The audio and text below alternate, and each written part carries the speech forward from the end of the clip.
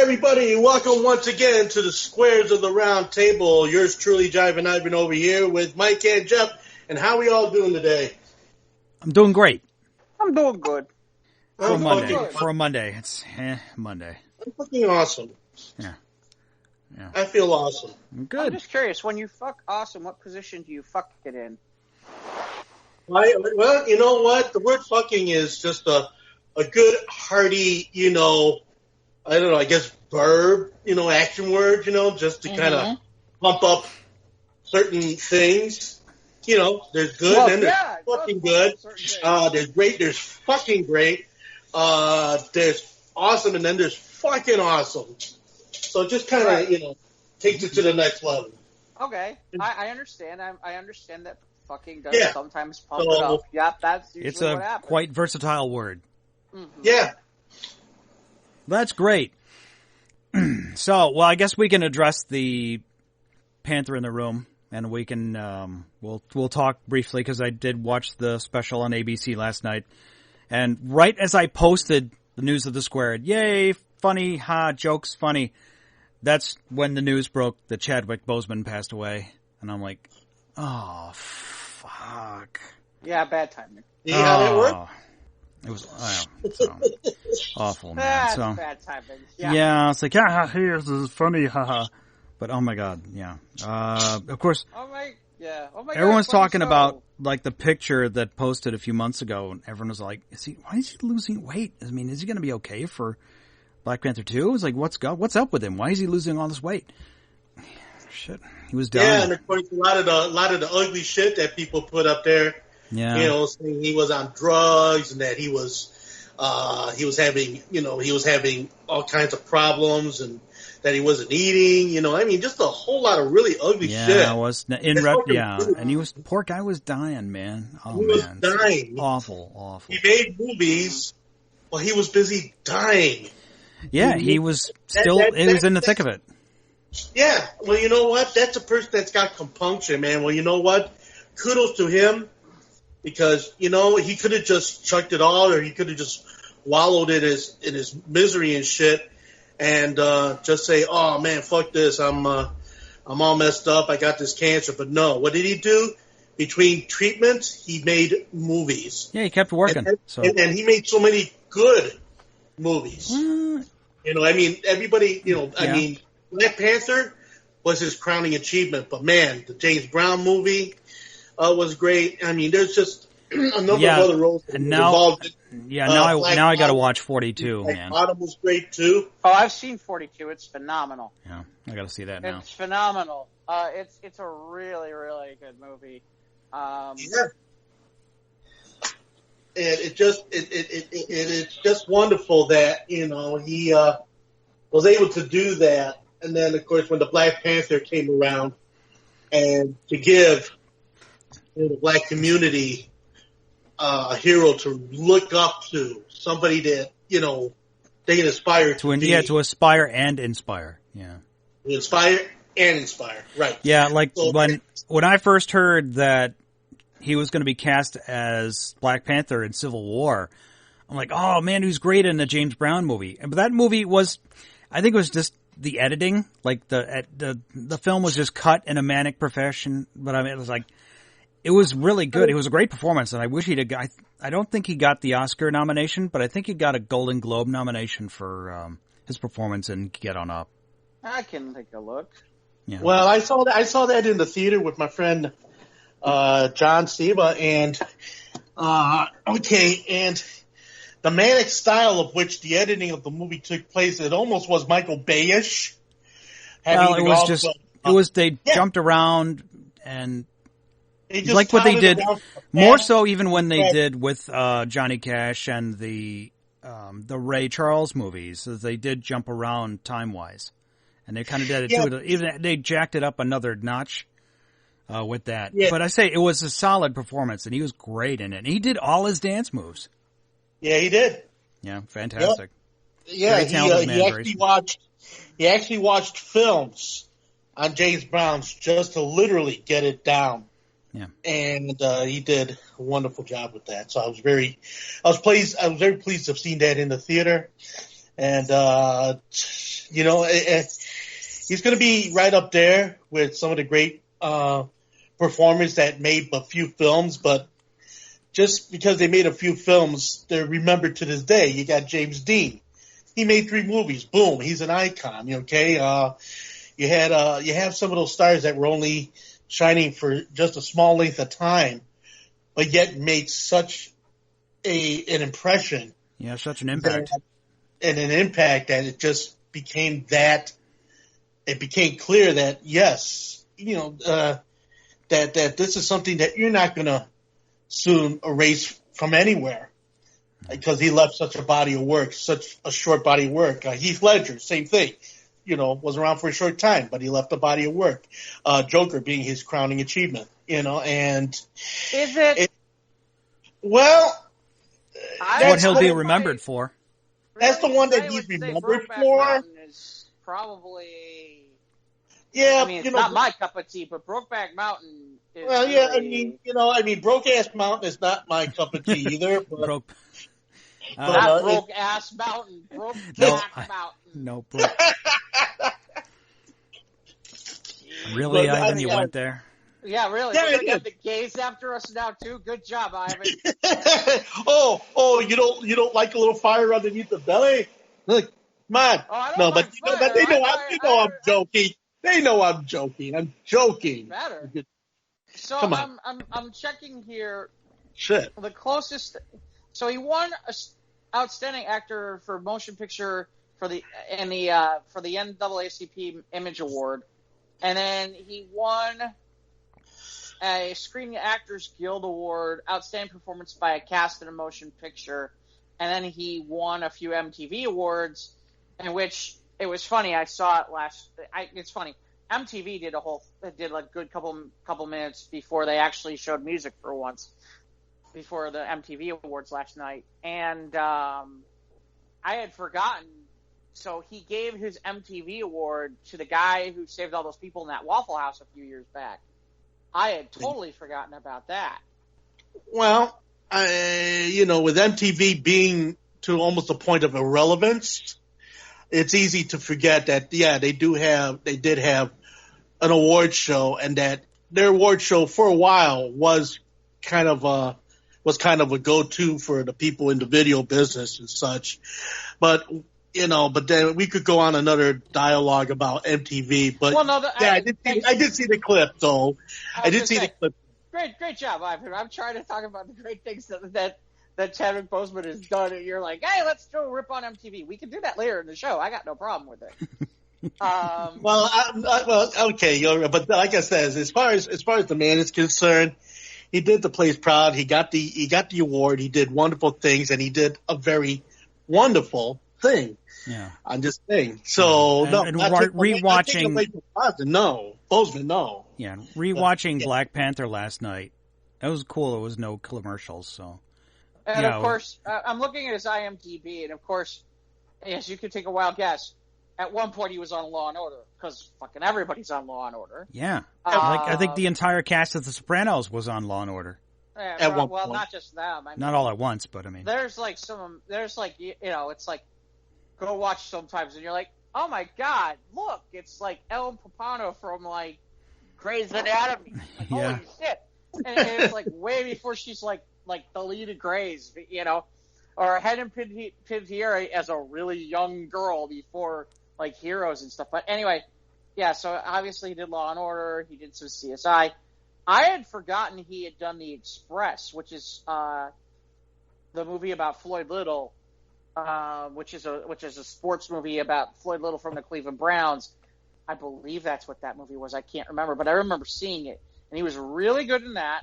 And then he was good in Jackie Robinson, 42. Well, and it's funny because for some strange reason I have a soft spot for Draft Day, and I totally forgot.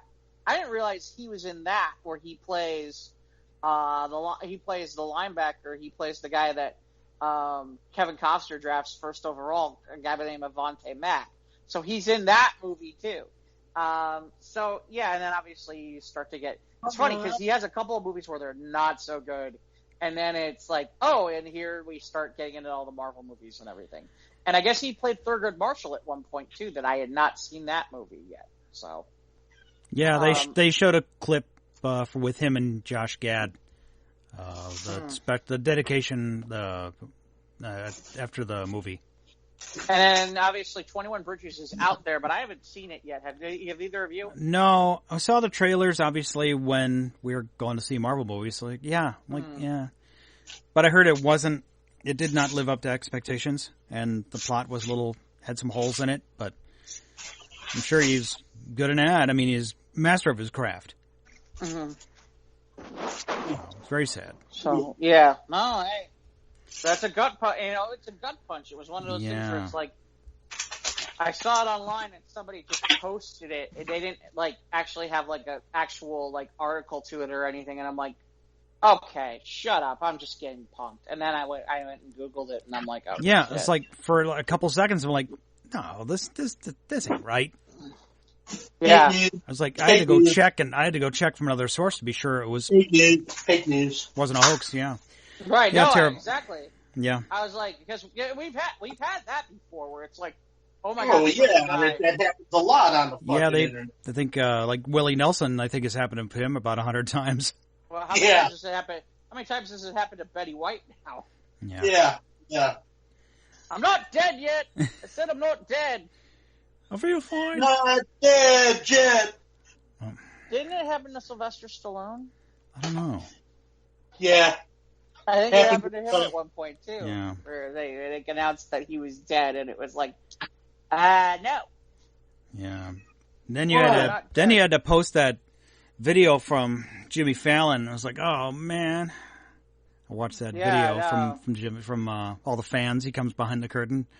Yeah. It's funny how we get weird in front of celebrities. Well, it's because it's the last thing you would ever expect to happen to you. Like when I met Stevie Nicks. It was just one of those moments. Yeah. Just happened. So, rest in peace, rest in power. Well, and the one with the little kid when he's got all the superheroes surrounding Black Panther, a funeral. I'm like, Jesus. Oh man, yeah. There's Come the kid. on now. Yeah. I got him. I moved him to the front of my Marvel Legends shelf. I guess by the time this airs, this conversation is somewhat okay. But man, can I tell you, there are already people jockeying for position on what Marvel should do for the next Black Panther movie now that Chadwick Boseman has passed. You realize there are people already on that shit? It's like, they have this emotional investment to the MCU, and they want the stories to continue. Absolutely. Well, no, because there's people who are so the two I've seen is let Michael B. Jordan come back and let Killmonger become the Black Panther. But Killmonger died at the end of Black Panther. Right, and they're saying that they could, that's like somebody said, okay, we'll figure out a way to bring him back, whatever. The other I've heard is to let one of the women become Black Panther. And to go that route, that it'll allow one of the women characters to become the Black Panther, like Shuri, or what's the other one? The Okoye? Yeah, that one of them should become the new Black Panther. To which I'm kind of like, either way, I'm kind of like, here's the thing. I'm not ready to even consider this kind of shit. Yeah, they're still, even because of COVID now, they're still, reshuffling and rebuilding whatever phase 4 of the MCU. So yeah. Well, and I'm waiting for that. I'm waiting for that outrage. I'm waiting for the beginning of the outrage of, well, see, you didn't fast track a second Black Panther movie like we all wanted you to. And hey, guess what? Yeah. I'm sure that outrage is coming shortly as well. But the host, the thing is, the host who said this is the first African American with his own superhero movie, and technically it was Wesley Snipes in Blade. No, technically he was a superhero. I mean, it was a vampire, but he was a superhero. Well, we could go a little further back. Yeah, we could. we've had, I think what was one we had Steel? I was going to You go okay, back Ivan? further than... Okay. I was going to go further back than that. Is Dolomite considered a superhero? Oh, Jeff. What? The Dolomite movies. Oh, come on. Why? Is he not considered a superhero in some ways? What? Dolomite is one more than Blackula. You know. Well, see, now you're making a comparison to a whole genre of movie, black exploitation motion pictures. Now, no, I'm saying that how far back does it? How the first, and you said Blade, and my reaction is, well, we're going to say Blade. We can go further along than that. I mean, Shaft would be kind of. But he wasn't technically a superhero. I mean, he was a hero. No. He didn't have superpowers. He didn't have special powers. He didn't have a costume. Wow, I don't know about that. He could get anyone's woman. That's the special power. He was Shaft. Did you hear the song? Did you hear the song? No. I've never heard the tune.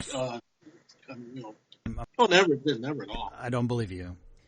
Yeah. Of course, I've heard it. So watch your mouth. Watch your mouth. We talk about Shaft, buddy. So rest in peace, Chadwick Boseman. We will miss you. Yeah. So okay, Jeff, what have you been doing this week? Do we want to have the other conversation that I've been wanting to have? Because I gotta be honest, I was actually I watched a little bit of it. I was somewhat impressed by the Video Music Awards last night. But I thought it was kind of neat what they did and how it looked and what they did and how they did it. And I think it seems like there was a decent amount of buzz from it about it being a good show. That said, I'll be honest with you, there was part of me where it's like, and I'm like you guys, I'm a little more up on some of the more current artists. Yeah, I'm not. Even I'm sitting there going, who the fuck's that? Yeah. I mean, seriously, I'm not kidding. I mean, it was funny because I'm sitting there and my mom's like, who's that? I'm like, I really don't know. Yeah, no, seriously, who is it? I'm like, no, Mom, I really don't know. And I feel like I'm up on this stuff more than most of my friends who are in their 40s. It's like I could sit there and go, yeah, I know who Doja Cat is, okay? I know who some of these people are. And I'm sitting there going, I don't know that artist. I don't know who that is. Yeah. I mean, as it is, it was funny. I guess the Black Eyed Peas have a new album out, and I'm like, oh, really? I didn't even know. It's kind of like that. But yeah, they did everything on rooftops all over the place, and they did some really cool stuff. And it almost looked like videos. God forbid we actually have videos on MTV, but music, and music. Yeah. What? Well, that train left the station years ago. Now, for something like that to be viable, I mean, a whole lot of money is going to have to get poured into that whole situation again, because MTV, the likes of which we remember it, will never happen again. Well, I think there's another reason for that too, though, which is, all right, I want to watch a video. Okay, I go on YouTube. It's right there. Yeah. You want to see the artist of your choice, the song of your choice, it's out there. Right. Well, yeah, that's what I'm saying. You don't have to wait for it to show up in the rotation on MTV. Yeah. No, that's what I mean. So the possibility of that is never going to happen because there are 10 billion places you can get whatever it is you want now. Yeah. It was funny because one of the people, I think it might have been Doja Cat. When she opened up, she opened her set, her song with the old MTV news thing. The icon. Yeah, well, or with the noise, and it was funny because they kind of made fun of the fact that they don't really do MTV news on MTV anymore. Yeah, Kurt Loder is like 80 years old now. Well, yeah, and then everybody else. I mean, I got news for you. Sway ain't that freaking young anymore either. So nobody is. It's Carson Daly is now on the freaking Today Show and doing The Voice. And that was what, 20, oh my God, more than 20 years ago now. Would have been early 2000s, late 90s, I think was. Right, that's what I mean. Carson Daly, yeah. You know, you're talking 25 years since those days. You know? Yeah, those days, I mean, the days of Yo MTV Raps and Headbangers Ball and all well, that. I'm even talking about TRL, you know, the back in the day when it was when they were lining up, what is it, Broadway, you know, Broadway with, you know, Times Square with kids going nuts because the Backstreet Boys were in the building. So what was your takeaway moment from the VMAs? I only watched a few things. I didn't watch a lot, but I got the impression the Lady Gaga stuff was pretty good from what I saw. She's an excellent performer. Yep. I'll be honest, I didn't watch as much, but, you know, I caught a couple of things. And like I said, to me, if anything, it says to me that, you know, some of what they did was very viable, and I don't know what kind of numbers it did last night. And I'm curious, especially with all the Black Panther stuff going on, I'm curious if that hurt it at all. But I heard good, you know, it's funny. I saw good buzz on social media. It was funny, and my mom, who knows none of those people, was like, this was really a good show. And I'm like, okay, that tells me something. So, and she doesn't even know who half those people are. So, you know, but yeah, no, I'm with you, Ivan. To me, the one thing about MTV these days, and VH1 too, you know, the thing I laugh about is, okay, fine, you can't play videos like you used to. It's not even that you're not playing videos. You're really not doing, I mean, you're not really doing anything. Any music-themed content at all. At all. I mean, MTV News is dead. Well, all of it became the reality. It became the reality TV Central of the world, and after that, eclipsed its original motive. It's gone beyond, and it's gone beyond anything that they ever first started with when they started with the Real World back in the day. You know, right. back in the late, you know, what was it? Was Real World had to be 90s, right? When they it first has to be late 80s, early 90s. Right. Yep. You know, and they would do all you know, they do Road Rules, and then they do all the challenge shows, and then they do like the I'm a this, or you know, all those weird documentaries that were always kind of interesting in some way. And then they, you know, like I always thought VH1's Behind the Music was always fun. I always thought that was a great show. Those were great. I always thought those were great. And I'm kind of surprised. I'm kind of surprised they haven't brought those back ever at all. Oh, they got a variation of that. It's called Unsung, but you know, it's one of those things where you know you catch it here and there, but it's not like you can pinpoint it down and actually schedule it in your viewing rotation. You know, it's just you hear about it. It's like, yeah, Unsung is kind of like that Behind the Music thing, but you know, I know that there's a documentary coming out about a public broadcasting station show that used to be called Soul back in the 70s. And that's supposed to be, you know, because that was a program back then that actually addressed the real soul music, the real, you know, urban contemporary music of that time and place. Unfortunately, much of the video is gone because, you know, like most things, it's got erased and bulked out, but they were managed to, whatever they were able to salvage. I'm real interested to see how that documentary is going to turn out. Well, you want to know why it's missing, right? Because someone had to tape heavy metal on Cinemax. Well, that's got to be what it was, right? No, it's the time where people weren't able to record stuff from home. Oh, there's that. No, this was that. This was way before people had VHS or Betamax. I know it was Betamax first before the VHS came on it. Yes. So you saw the VMAs. Anything else you've been up to, Jeff? Excuse me. I didn't really have much. I like I said, I was just impressed because I thought from the little that I got a chance to see, I thought they did a really good job considering the fact that they had to social distance and they had to do certain things. And And yeah, I thought they did a good job. I thought it was good. And there was a lot of stuff where they did it rooftop, or different rooftops across the city of New York. So I thought that was a really cool idea too. I thought that they took advantage of that and they did something a little bit unique and different. So I give them credit. I just wish they would. I wish they would do some more stuff regarding music other than on the days when it's like, oh, hey, VMA time. It's like, okay. I don't know. Maybe I'm wrong. Well, the music show that we know of, I don't know if such a show would float today. That's just like trying to ask if variety shows could make a comeback. I mean, Carol Burnett tried it and failed miserably about a decade or so ago, trying to bring variety programming back into television.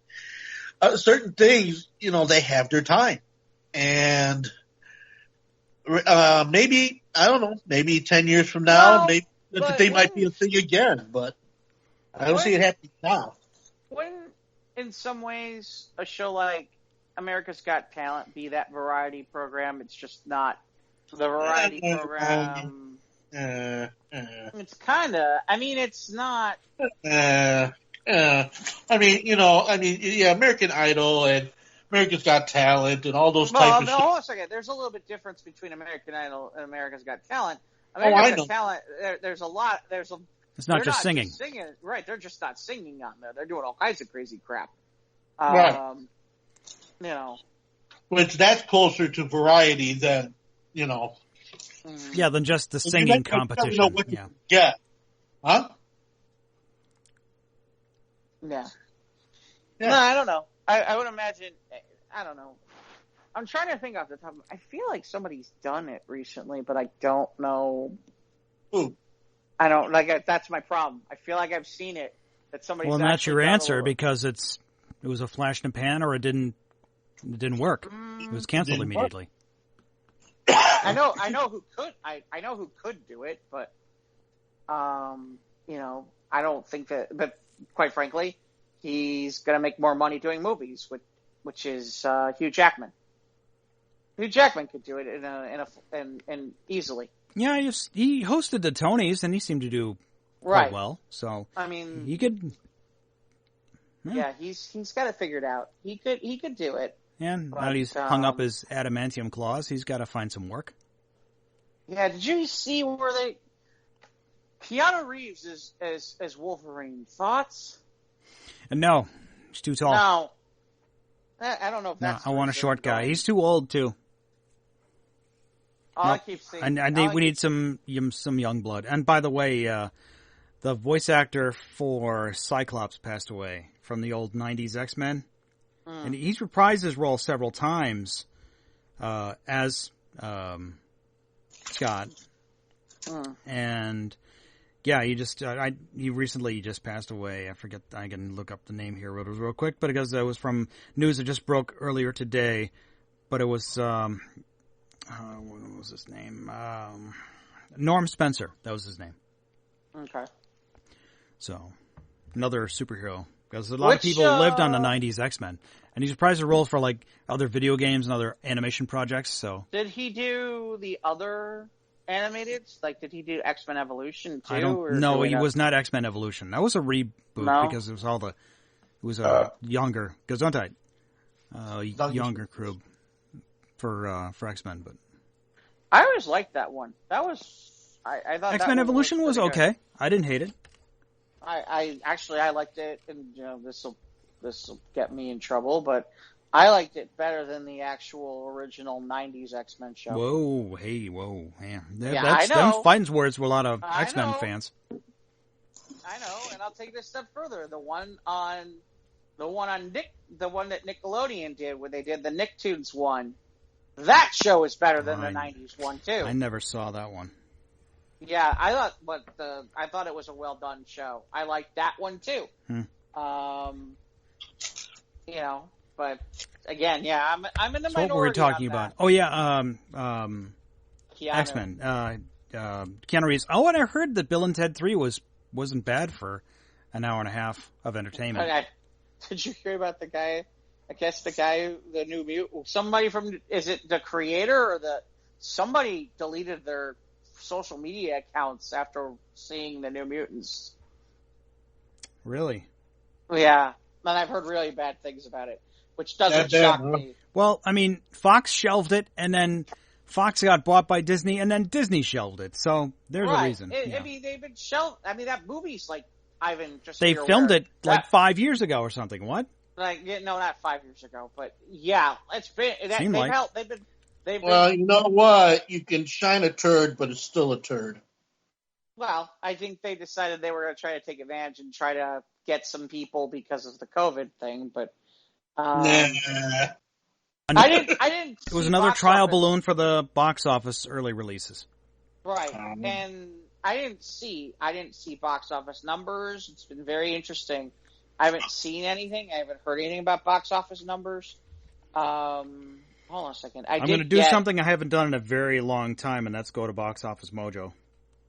Well, that was funny. I was going to go check. Let's see. For Sunday, the New Mutants earned $1.4 million at the box office. That was the highest. That was the top grossing film of Sunday, the 30th of August. Okay.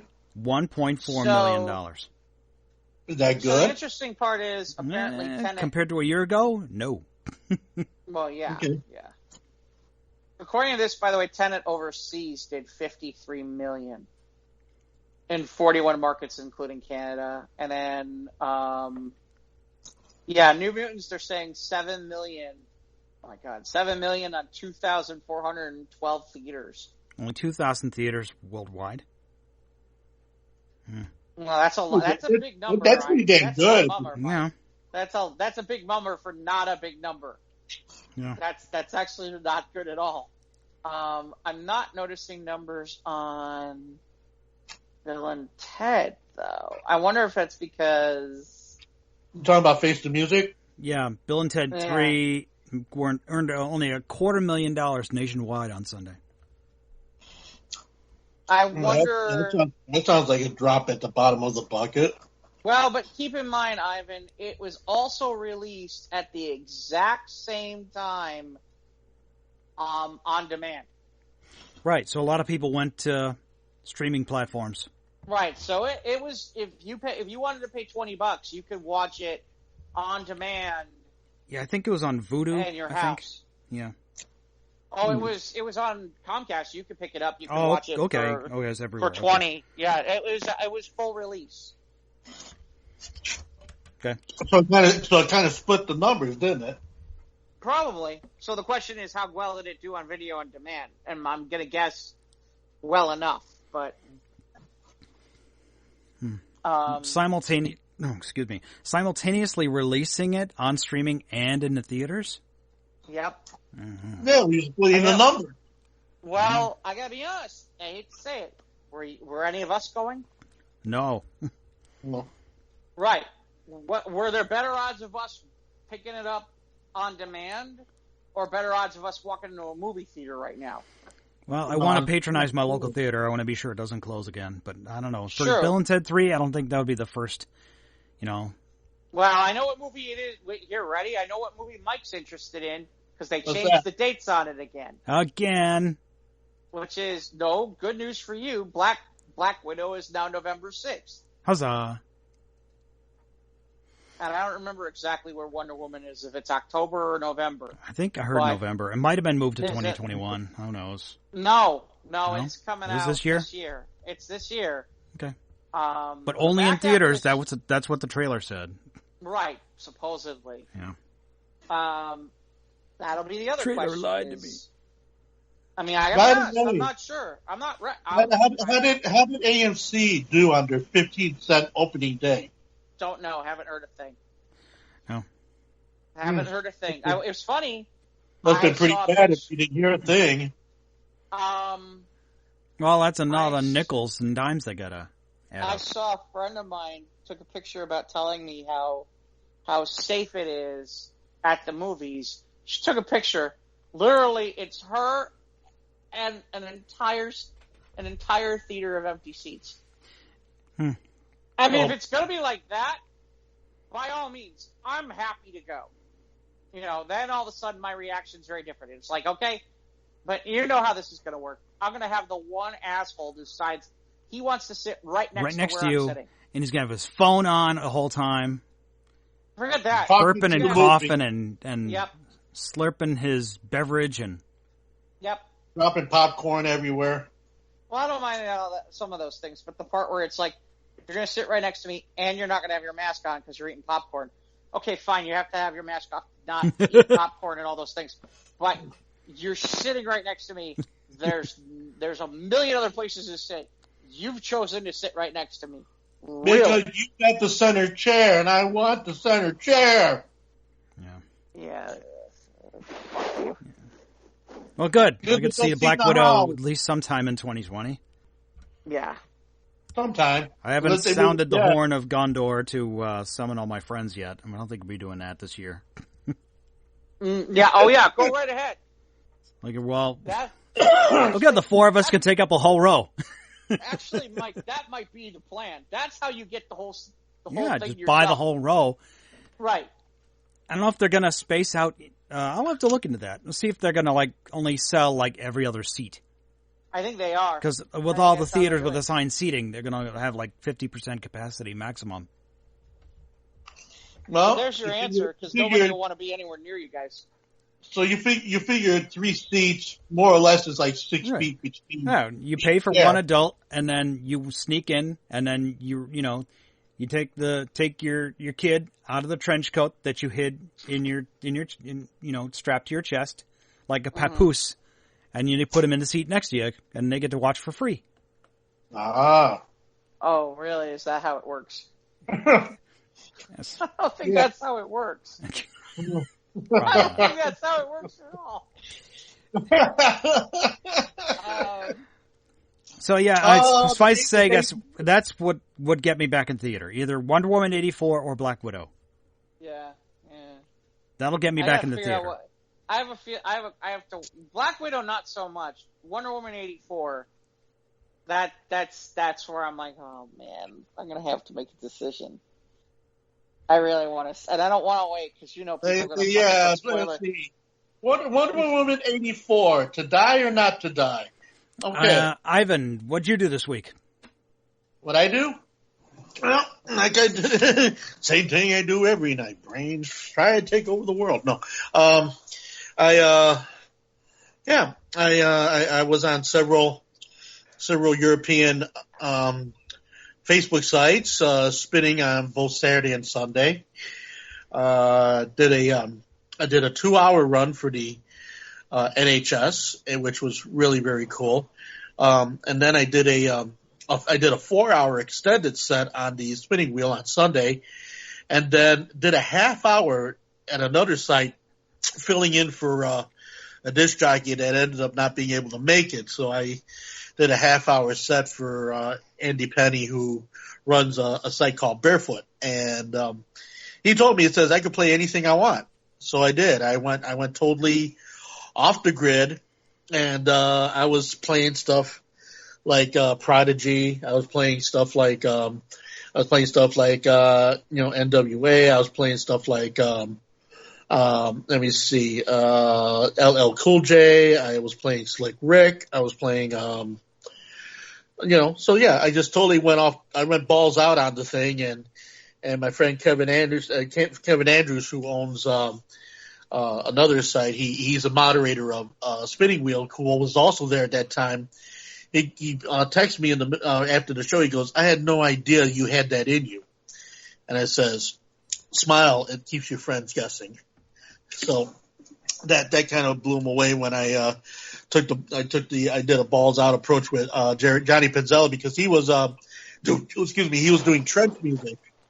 So oh, okay. So I kind of pulled out a bunch of 12s, came back and did my 30 minutes, and then went into the kitchen and had dinner. But it was cool, and I'm like, wow, I haven't played these records in forever, and I'm just like, yeah. I didn't even know Ivan had NWA.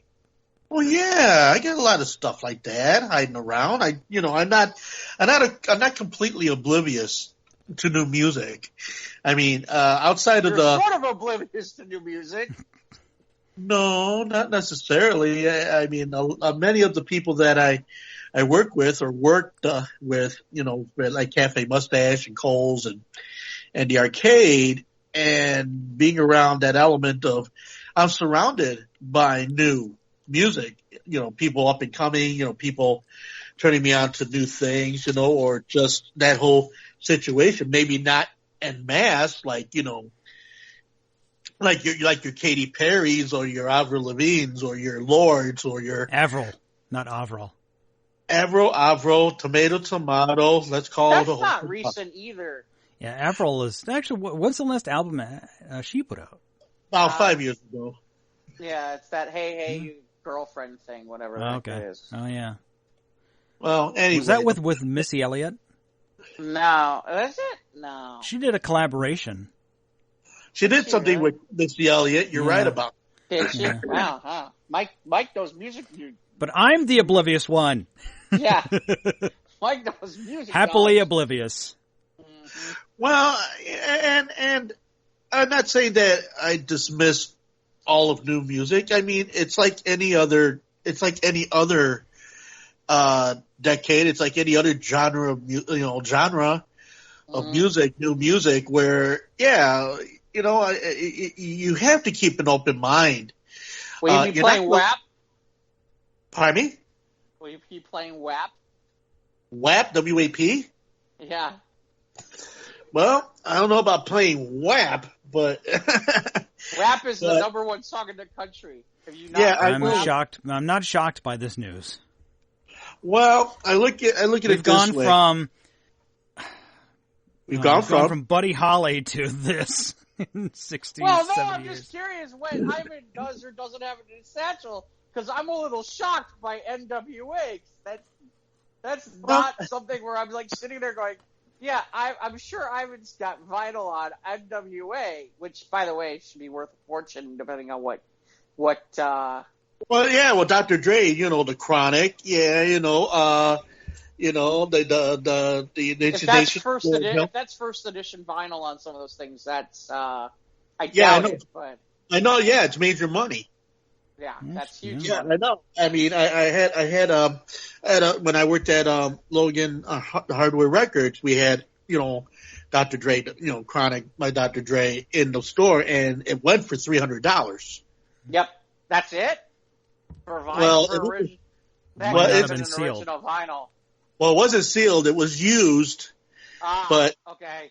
Yeah, I mean, it wasn't new; it was used. But if it were new, just Tom Petty's Wildflowers right now, the money behind that, a sealed one is going for $4,000. Jeez Louise.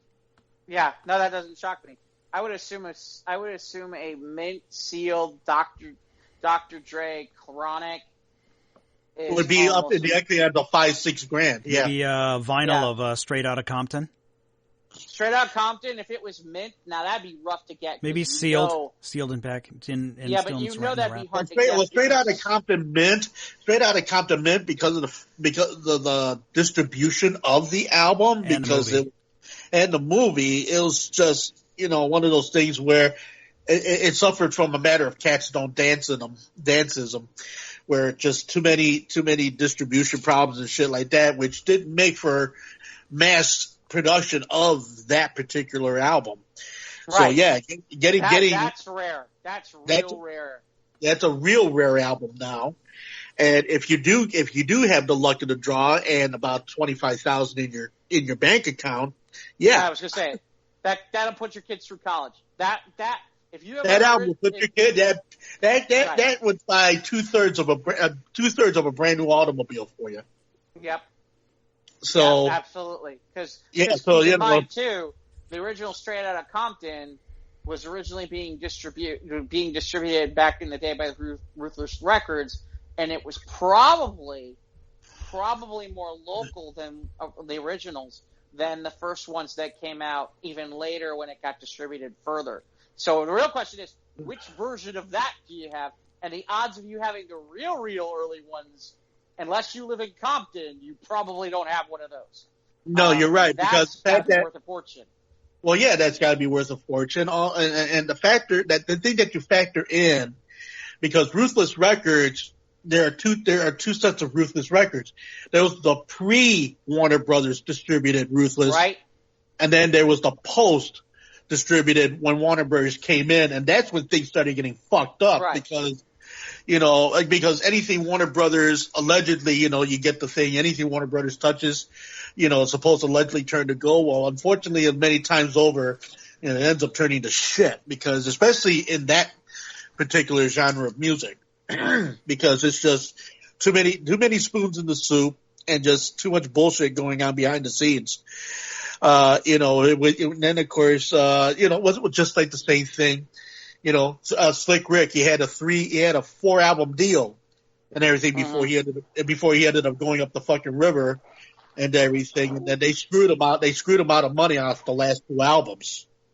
So yeah. So that's just like it says I will admit it's funny. As much as I sit there and I say you can say just about anything on a radio, I am dying about the fact that WAP is the number 1 song in the country. Well, do you? Ivan might know what it is. Mike, do you have a clue what WAP stands for? Where are pictures of Spider-Man? Oh yeah, no, that's not it. Oh, that's what I thought. Okay, that's not what it is. Ivan, we talked about this last week. Oh, did we? Yeah. Did we talk about this last week? Yes, we did. So Ivan's been playing live in your last Twitch. You let the last Twitch is falling. No, after I get done recording tonight, I promised my Twitch audience that I was going to come back and just finish off the reel that I started. I recorded tonight's performance on Reel to Reel on the term of trying to see if I can get it on Mixcloud, and if I'm successful with Mixcloud, then I'm going to go ahead and record all the other performances I did for our NHS and for Spinning Wheel, so that way I could put it up on Mixcloud. So at least, people who heard the shows can actually hear all the music without it being muted, because that's the suck thing about the whole situation, Facebook/Twitch, is, you if you don't see it in the first run, after it goes out there, it's muted out, just like it does on Facebook. So that's kind of a shit show. And I discovered that late, and I'm like, oh damn, so now I'm going to see if I can put everything up on Mixcloud and see if I can, chase away, run ahead of these people without them trying to stick the knife of censorship into me. It's like, wow. I mean, what I really would like to do is, see if maybe someday write something. I don't know how you would go about it. Would you write legislation for post-paid music? It's internet, but it's still broadcasting. Right, it is. But I'm saying, if I could author a bill with all the record companies saying, hey, look, all of us bought these records already. Most of us bought these records secondhand. Okay? I mean, you can't collect taxes on secondhand because it's already been sold already once. So why not have a blanket agreement that we can all just pay out like once a year to, give us a bit of immunity from, this whole censorship. There's still YouTube, right? Well, no, you can do YouTube and everything, and I think that's probably the only place. But now you got places like Pantheon, I guess they call it now, where you could get sponsors to. It's Patreon. Patreon. Is it Patreon? I thought it was Pantheon. Yeah, when you put your panties on. Pantheon. You want to wear panties? Yeah, I guess so. My polka dotted panties. Put my polka dot panties on and dance in front of the camera and do stare. But that would be kind of cool if something like that would ever come up. I doubt it, but because, there's a lot of old fucking people sitting on top of all those copyrights and all those things that no musician or vocalist or anybody ever got paid out of from that. You try to take this type of thing out of the cold dead hands of these people and tied up in litigation and lawyers and shit for fucking years. I mean, Disney and a bunch of big companies they redid their rights again, their copyrights again, and now they're good. Now their copyrights are good for another several hundred years. Yep. It's like,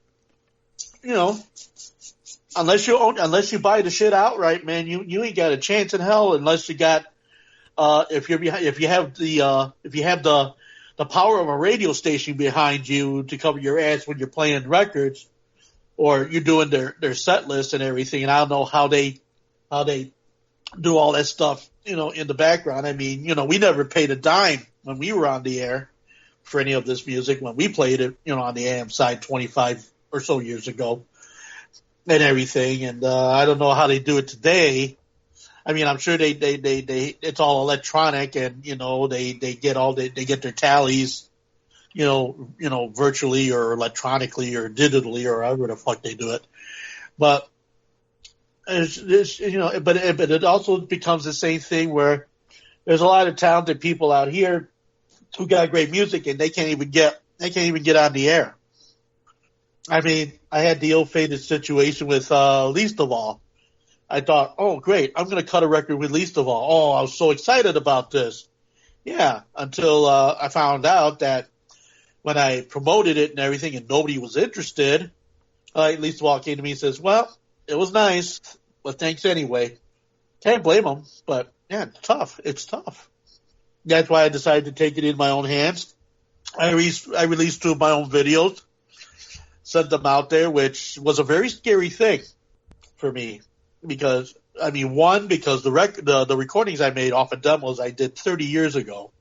So that's why they're both filmed in black and white to kind of give it that essence of, yeah, these are old demo recordings. This is not a recent thing I did. But at least it's the moment where it actually gets heard, because I'm left with no other device really. And during the month of September, I'm seriously thinking of cutting some new tracks and then actually putting those out there into the world, along with doing some writing and doing some drawing. And yeah, I'm just stepping away from using parchment and a quill. No. Seeing as you'll be off the internet, so you have to Crayons? go analog. No, I'm going to be using my typewriter. There you go. Awesome. I have a working typewriter. In fact, I used it the other day. I'm still rather articulate. I'm rather proud of myself that I can still handle a typewriter after all these years.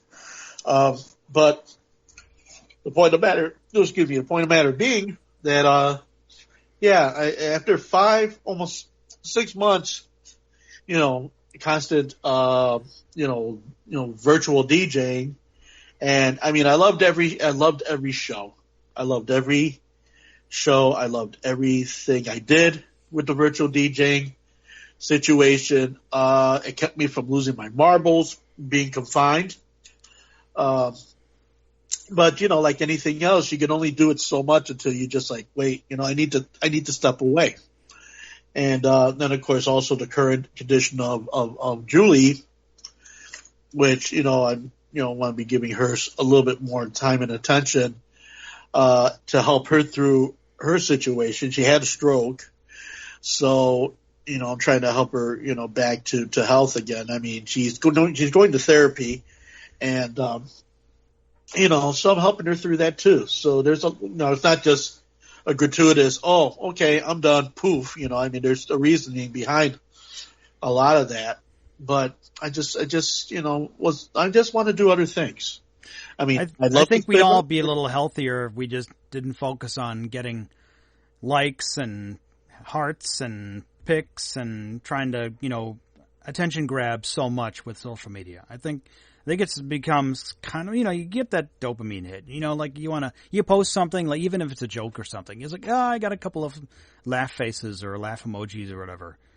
But, well, I mean, I did the thing essentially for, I had a purpose when I was doing the programs for Logan Arcade, because Logan Arcade, that's my extended family there, and my efforts to put all of that music out there to draw attention to Logan Arcade, to say, hey, we're selling beer.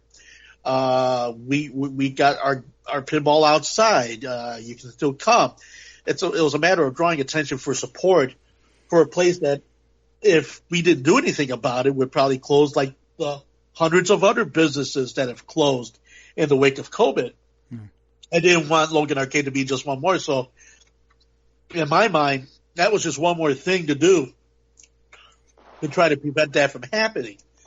And it's just, and then the rest of it was just out of sheer,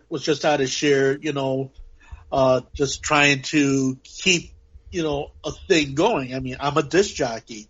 I spin records. I play records. I'm that guy. And and then when I joined the Scooter Sound supporting NHS after my place, after 6 years after Mathers closed, I'm like, well, shit, there went my volunteer gig. Now who do I volunteer for?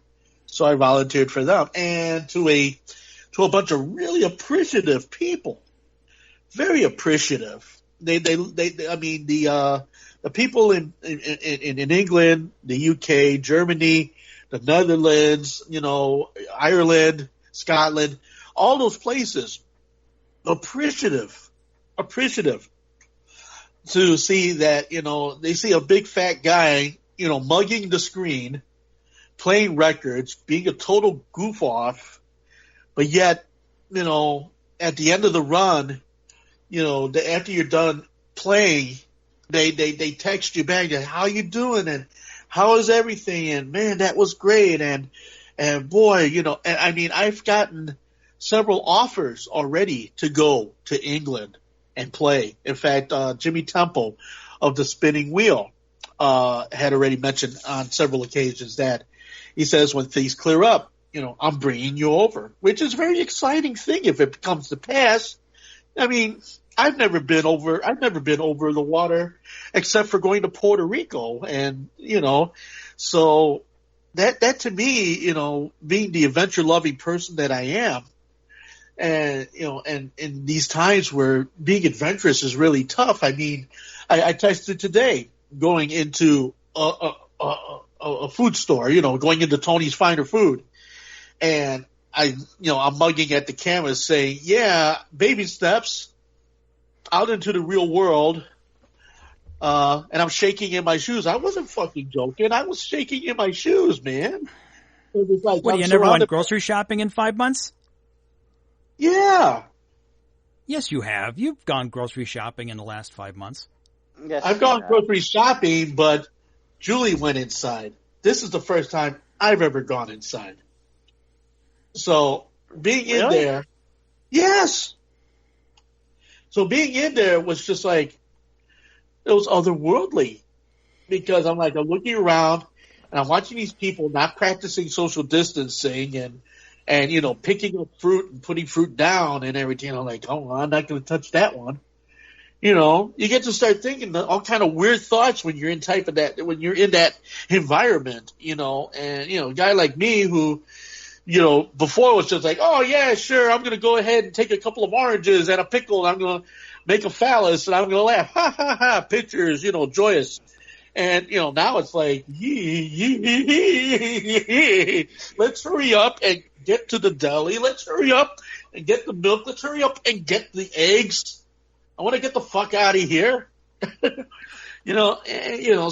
that took a lot for me to do that. And I know I have to do that because if I let it get the best of me, I'll be totally dysfunctional any place. And I don't want to get to that point where I'm so alarmed, at my surroundings. I mean, here it is. I'm braving this out to get to DairyCon. I'm braving this out to just go walk outside. I'm braving this out, and it takes a bit, and especially now, I mean, you guys are younger than me. I'm in that category now. Yes, you are very old.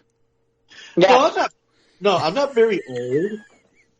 I'm not very old, but I'm older. Yes. I'm older. That is also true. Do you get your senior discount? That's all that matters. Yeah, that's right. 10%, man. Yeah, 10%. Yeah, I'd like a cup of coffee. I want my 10% and go home and die because I got next to somebody who touched the lid and fucked me all up. So, yeah. You just got to keep washing your hands. You can go to the movies for cheap. Yeah. Well, I've been going to the movies for cheap for 5 years already. So that thrill is gone already. I've been getting my discount since I was 55. So I was like, coffee. Do we need to get you one of those walkers with the tennis balls on the bottom? Is that what we need to get you? No, you don't need to get that for me. In fact, guess what? I have to be really proud of the fact that I've lost 18 pounds. Oh, congratulations. I lost 18 pounds, and I've been off my cane. That's great. Good job. So, which is perfect, because now you can get on the scooter. which, you know what? Just for shits and giggles, I just do the scooter anyway, because it's just fun. I love to do the scooter when I go to because I like doing the scooter. Yeah. Fuck it, I like the scooter. Our store only has one, and you should see the look on angry people when an old person already has that out on the floor. Like, where's the buggy? Like somebody else is using it. Get it. They mean mug and get all ugly. Does it have a horn? Does yours have a horn, Mike? Yes. Oh my God, I would. It's a nasty horn. And the reverse. Get the hell out of my way. Yeah, and it has a backup beeper too. That's great. Yeah, it's great. It is great in quotations. Air quotes. Yep. Yeah. So anyway, long story short. So are you going to be like Alaska, or are you gonna, like hold up in a shack? To write the great American novel, yeah, man. Yeah. No, did you stock up on 8.5 by 11 paper? Huh? Do you have paper for your typewriter? Yes, I do. Okay. Do you have ink ribbons? Yeah. Yes, I do. Okay. I got everything my typewriter needs. Ready to go.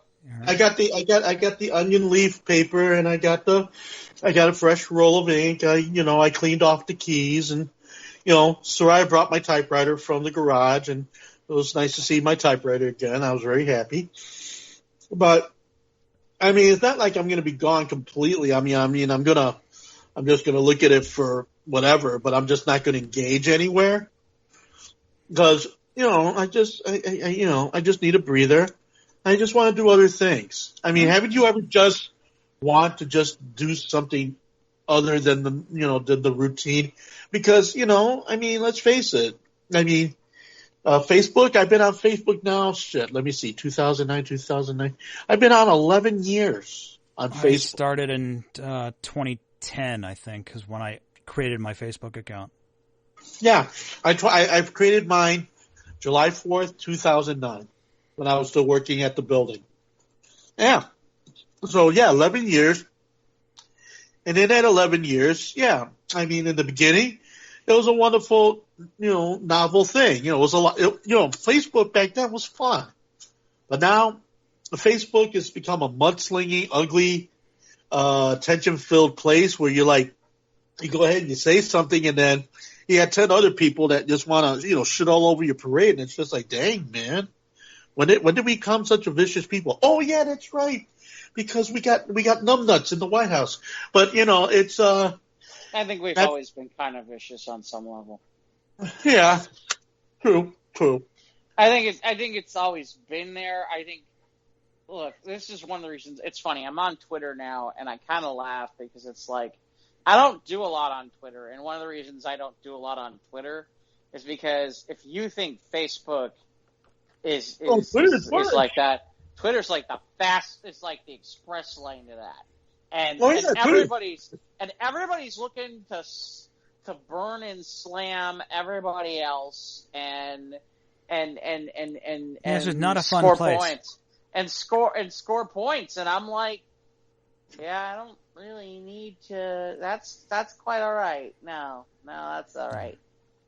No, well, I hope you have a good month away. Mm-hmm. And send us a letter. like via carrier pigeon or Pony Express. We'll accept either one. Yeah. I'll still have my phone. I'll send a recorded message via wax cylinder, and we'll add it to the podcast. Yeah. Are you gonna? Yeah, send us a postcard from Logan Square or Humboldt Park. I'll go ahead and send you one of my homemade mailers and everything like that. Something I drew myself, and I'll send it off to you guys. They'll be early Christmas cards, or Hanukkah cards in case. But whatever. Yeah. Yeah. Well, so I'm sorry. I'm still in shock. I haven't played NWA. I didn't even know Ivan had NWA. I got a lot of things, Jeff, that you have no idea I got. Okay, I don't want to know about some of that because that sounds really, really, really bad. Put it this way. I've got porn on vinyl. That's the stuff I got. Okay. You mean like ASMR stuff? No, I'm talking about real, porn, porn background music, including. Oh, that. Oh, like the background music from old porno films. Yeah, Bucka wow, yeah. Well, actually, more like trance, and just the girls are just screaming in ecstasy every 24 bars.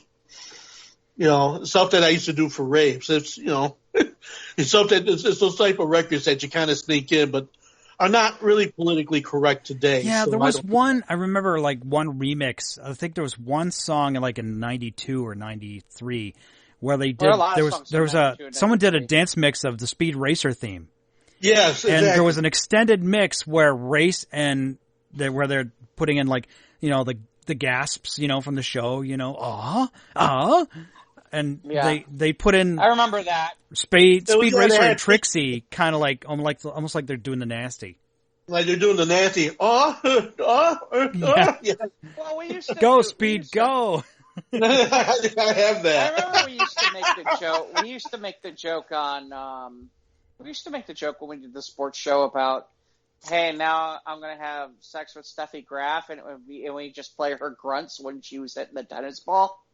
Mm-hmm. I mean, I remember doing stuff like that, and there's nothing the FCC could do about it because it's like, you can't play that. Why? It's her grunting. What do you want from me? She's playing tennis. She did.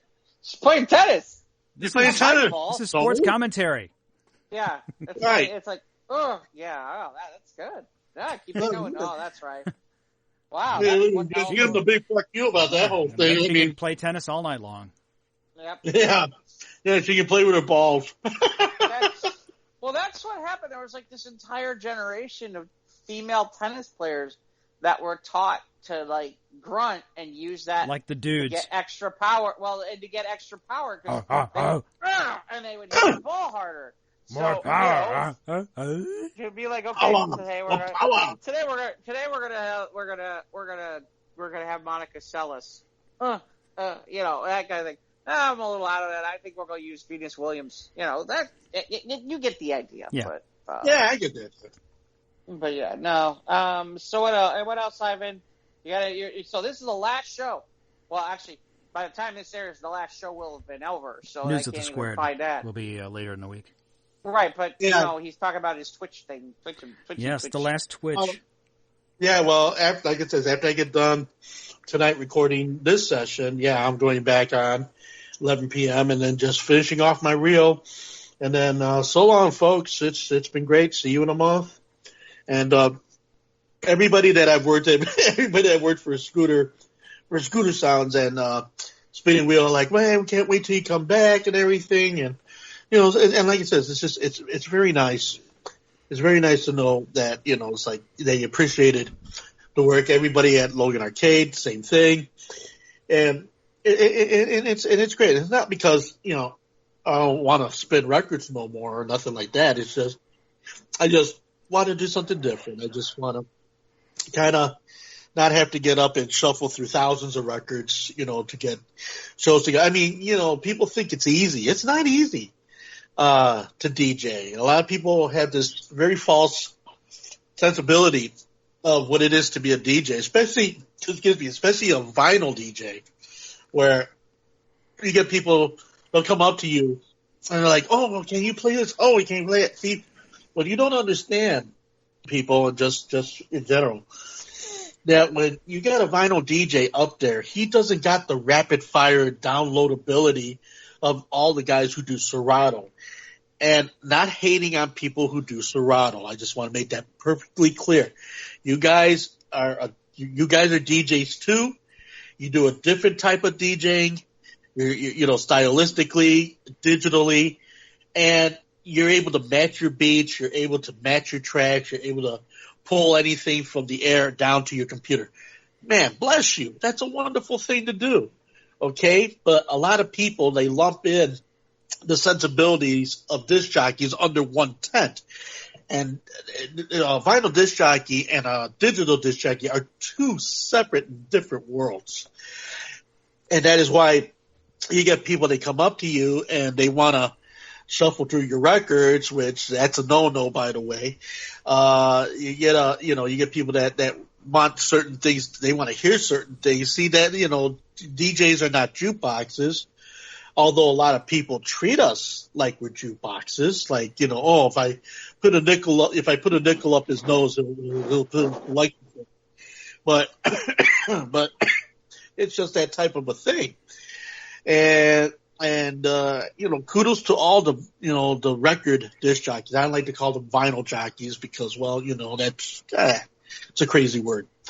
But all you guys who play records in your sets and everything, I mean, you know, good on you to keep up with an old tried and true tradition of disc jockeying. Okay? Or the people from the DJs from the late 90s where they had to carry around all those compact discs. Well, yeah, the CDJs. And pray they didn't skip. Yeah, well, you know, the CDJs had their time. Just like the Fire Stick DJs, they had their time. You know, when they had everything on their little Fire Stick, they would play those, upload them into their laptops, and then, you know, fire off on them there. And, you know, and there's, you know, the disc jockey situations, you know, has had many evolutions in its day. But I came from a place where I was what they now call a single tableist. You know, I started with one turntable, and I talked all the shit in between the record while changing records. That's how I became Jivin' Ivan, because all the bullshit I used to say between records, so you would notice that, you know, I'm changing records. Before I had two turntables, before I graduated into that whole scene where I was DJing disco music, and then I was into punk music for a while. I was into new wave music for a while. Then I started doing house music. Then I started doing hip hop music. Then I it just evolved into all of the different things, and I touched upon most genres in my career, you know, my 45 plus year career of being a disc jockey, you know, and 55 years as a record collector. So I'd like to say I'm a record collector first and a disc jockey second, in that respect, because, you know, a lot of people now, you get people, they say, oh, well, anybody can be a disc jockey now. Just go on to eBay and buy all the records and buy the gear and, you know, go on front of Facebook or whatever the fuck you do. And yeah, anybody can spin records. No, not anybody can spin records. No, absolutely not. Okay? There's a lot of things to be considered when you're a disc jockey, because it's not just, you know, just going up there and just being flashy and being clever. I mean, it's a lot of work. And the better DJs, which are much better than me, that's what they do from the moment they wake up. They hit those tables and they're looking for breaks and they're looking for cuts and they're recording DJ Khaled. You know, and they're looking and they're excavating from warehouses and basements and record shops, and yeah, no short feat, you know, and you know, Frankie Knuckles, you know, legendary disc jockey, you know, Jesse de la Pena, another legendary guy, you know. Yeah, I mean, all these people who have put in their lot, to DJ, especially, no matter you DJ records or you DJ digitally. It's a lot of work. It's a lot of work to try to, me, it's like I've got anywhere from a minute and a half to 4 minutes to think of what I'm going to play afterwards. That's not a lot of time. And you've seen me on screen where I'm shuffling hundreds of records in my hands, back and forth, in rapid fire succession. Okay, I got it to a point where I recognize it by label. And you read the label; it says the song. No, I mean not even reading the titles, or nothing. No, the color of the label is how I got it down. And once you've done it millions of times, like I've done it in 45 years, man, that's when you paid your dues as a DJ, getting paid a lot, getting paid some, most of the time getting paid nothing. But I played to one person, I played to hundreds of people, but I still do it. Yes, because it's fun. It's your passion. Because that's my passion. That's what defines me as a person. Being able to give people something that they can take away and remember for always. A space and time. And I can only hope that once I make the last bow on the stage of life and go out to the golden limousine and make my way to the amphitheater of the heavens, along with my fellow disc jockeys, musicians, and people that I admire, I can only hope that somewhere in the world there's some person who's looking on the internet and sees this little fat Puerto Rican guy with the big beard, a tamale shirt, a gray hat, shuffling records happily, and showing the world that, if I can do it, you can do it. But you just said not everybody can spin records. Yep. Right. Not everybody can spin. Wait a minute. Not everybody can spin records because, you could spin a record, but not everybody can spin records. Okay? There's a difference. See, if you really want to be, glad he's wearing a shirt. So if you want to be a DJ, you have to you have to love it, and you have to be involved in it, and you have to believe in yourself to say, I can do this. And for me to tell you to be a disc jockey is easy, no, it's shitty. It can get real shitty sometimes, because you got people that are not vested in you. They don't care about you. You go ahead, you give them a whole night's work, and they'll give you some excuse where you end up taking the bus home. And believe me, I've had that happen. I've had it happen where I've played to one or two or three people. You love it because you love to do it because you totally love to do it and you believe in yourself enough to want to do it. And it also gave me a lease on life being a disc jockey because I had doctors telling me I wasn't going to do shit my entire life being autistic.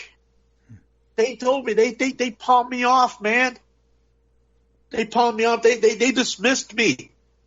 It says, yes, Mrs. Rivera, Ivan Rivera is autistic. He's never going to do anything with his life. He's going to just exist with his life.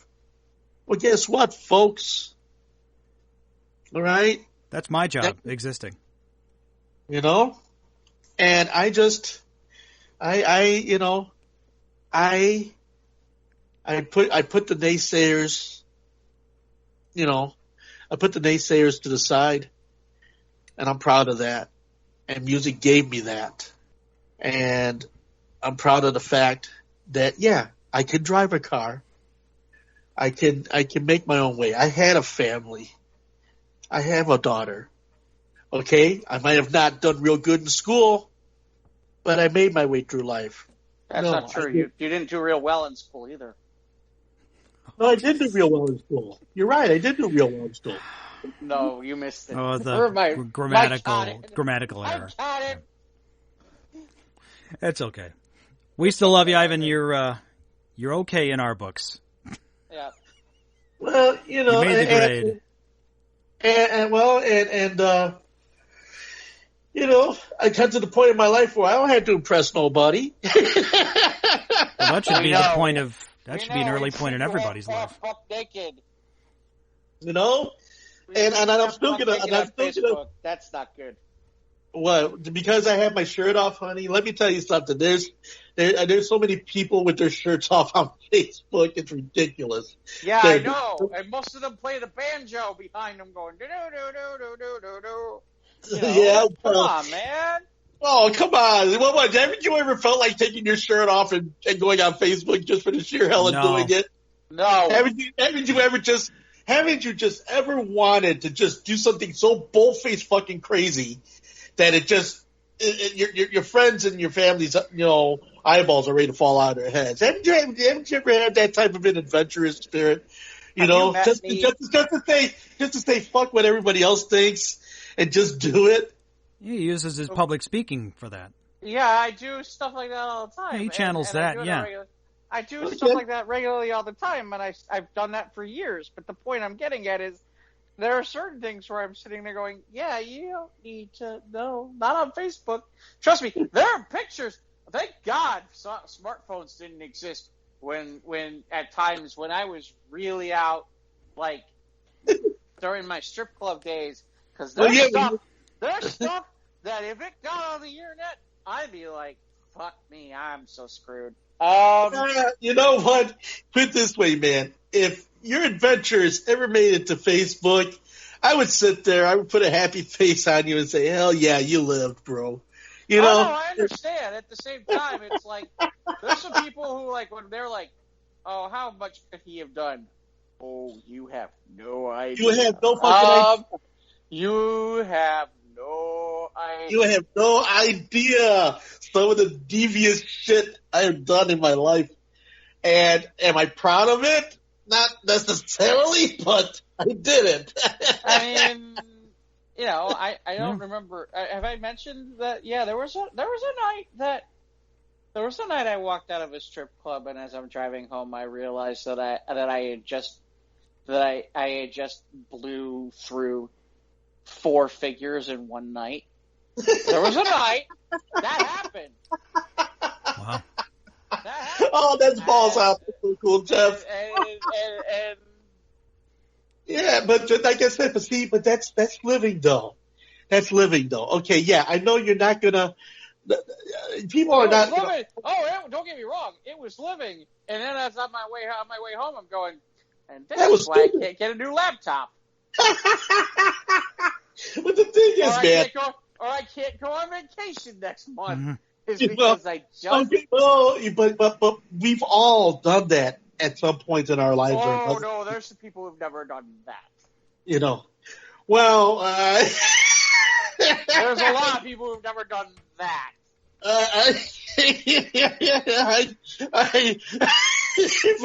Ivan, hey, okay? I'm not saying you. I'm just saying in general. If I ever write a book, I don't think anybody would be friends with me anymore. Some of the shit I've pulled, but all I know is, I mean, no, I'm just kidding. But yeah, you go through your life and you just like, yeah, you don't think about it at the time you're doing it. That's just the point of it. You don't think about it at the time you did it. The aftermath's a motherfucker, because then you're like, oh shit, I blew through 4 figures. Holy shit. Wow. I woke up next to this woman and I don't even know her name, and her mouth is wide open. Why is her mouth wide open? What is that? What did I do? No, Where am I at? Whoa. I don't remember this hotel. What are you talking about? I'm not going to go. No, I'm talking about me. I understand. I'm not going down that road, though. Oh, But so anyway, can, You've done it too, haven't you? You bastard. Yeah, you have. no, not that. Well, anyway. So, Mike, I saw you at game night. I saw you at game night. What did you play? we played the DC deck building game. We used the. Is that any good?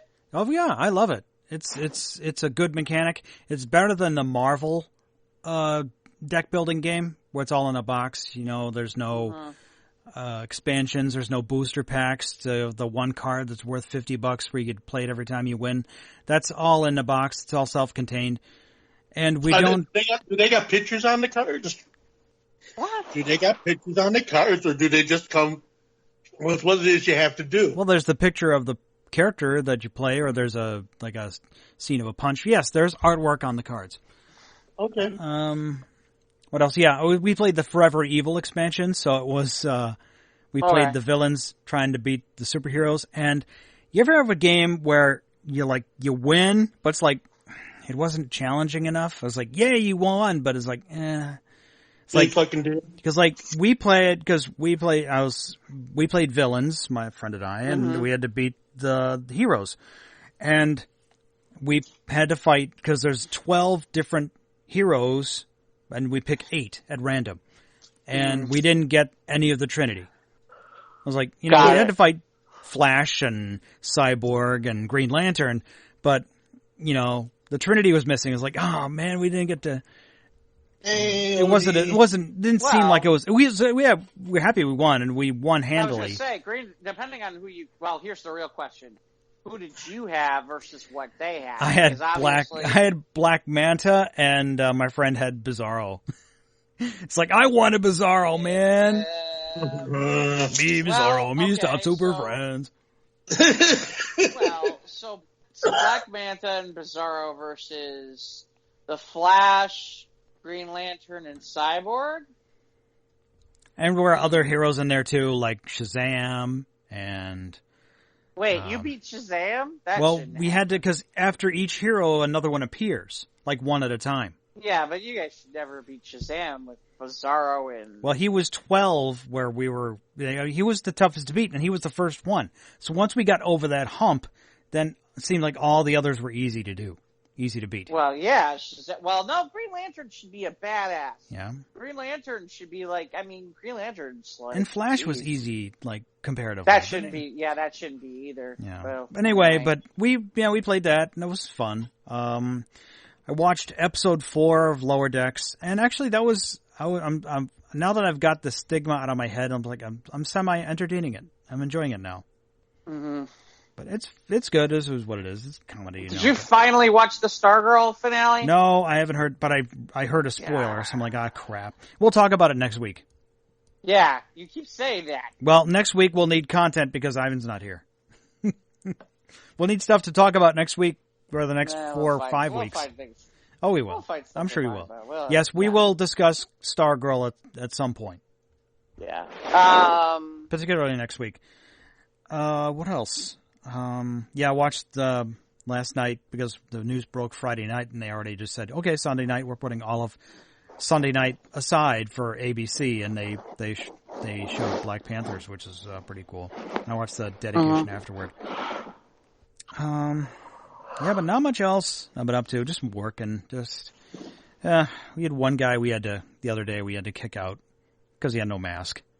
And he went out screaming and cursing. We're like, so long. Did he tell you that Jesus was going to come to... I saw one on Twitter today where the guy was literally like... The guy just was ridiculous. And It is ridiculous. You walk past 6 signs saying you need to wear a mask or a face covering. And they don't. Mm-hmm. They walk all the way into the store. They just, dope. Nope. I'm better than everybody else. Freedom! My freedoms. I got rights. Not here, buddy. So, we kicked him out.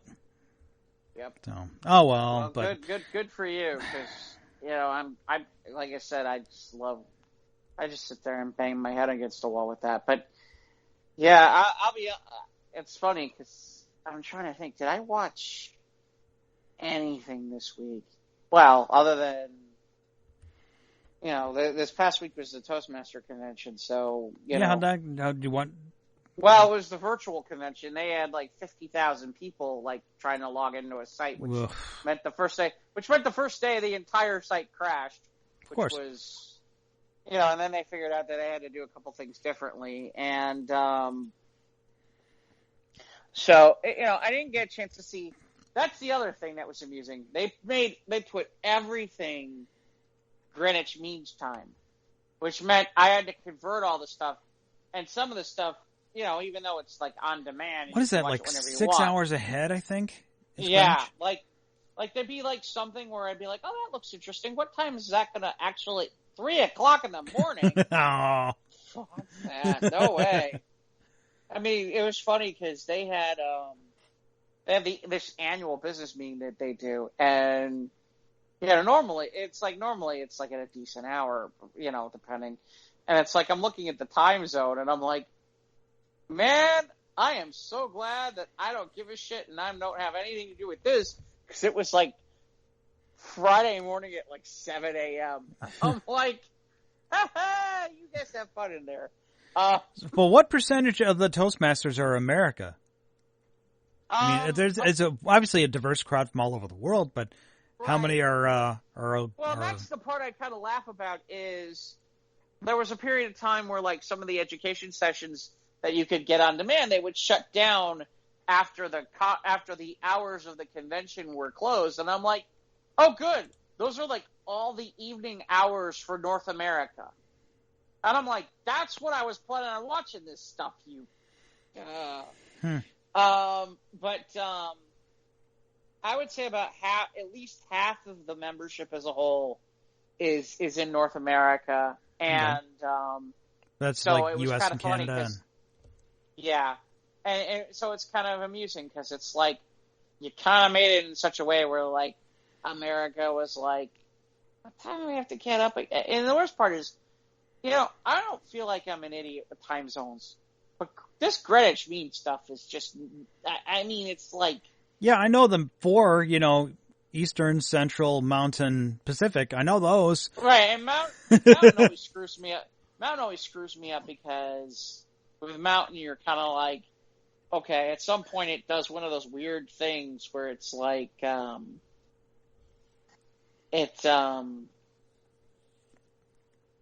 Mountain is always 1 hour behind Central. Is it? Because sometimes it's 2 hours. No, Pacific is 2 hours. Pacific is 2 hours. Mountain is 1 hour. Central, and then Eastern is an hour. I thought Mountain at one point combines. I guess it depends on the part of the country. Some parts of the country with Mountain go to 2 hours depending on the time change. Yeah. But yeah, it's just weird that way. Is that like during daylight savings or whatever? Yeah, or something like that. Yeah. Well, it's just like when I have to broadcast to England. England is 6 hour. It's got a 6 hour zone. Basically, I'm broadcasting at 3 p.m.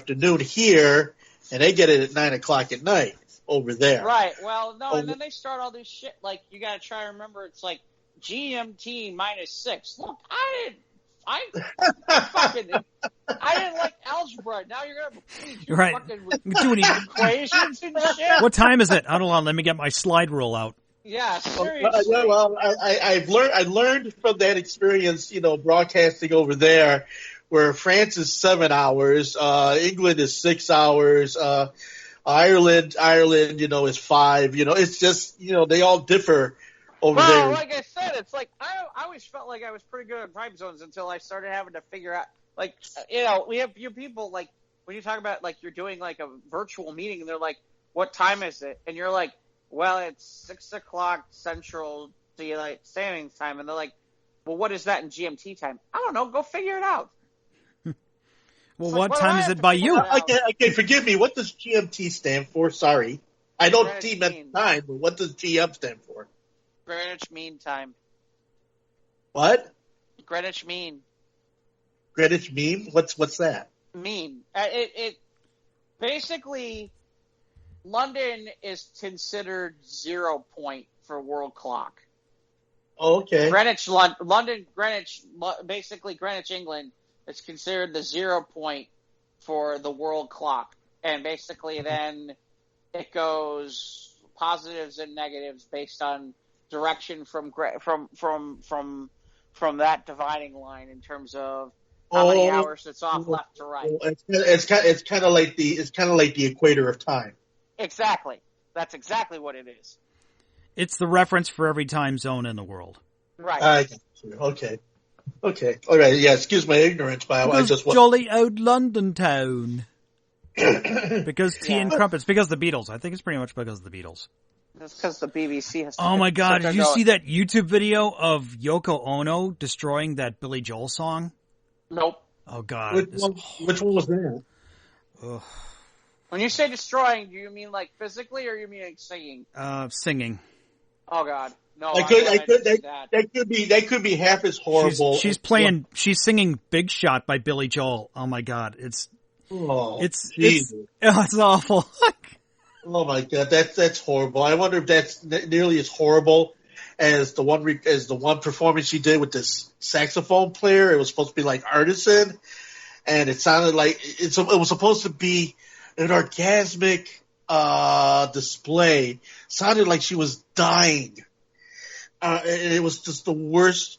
It was the most heinous and worst thing I ever heard in my life. I mean, but Yoko Ono's always been off the rails like that, when it came to anything that she records and stuff.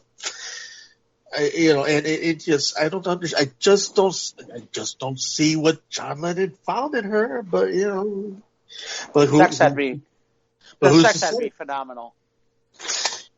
If you saw the Two Virgins album and you looked at her nude ass, would you want to get near it? Like I said, and just because of that doesn't mean the sex wasn't phenomenal. I mean, we've all had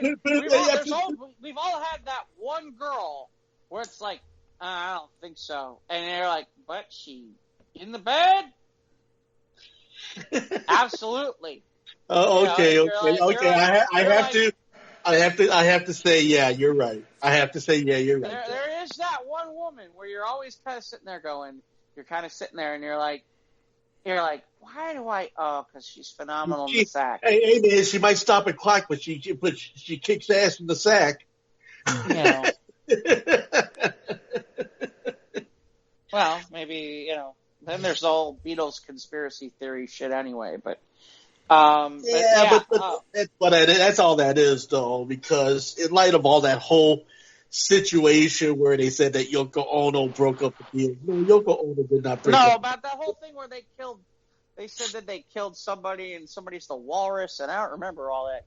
If you steam the cover of the Beatle album, the Beatle White Album, you get the real cover, and it's all kinds of pictures and. Well, okay. Somebody on my Facebook timeline put up this video of Yoko Ono just demolishing this song. It's been some years ago, but I saw it today on my timeline. I'm like, oh God.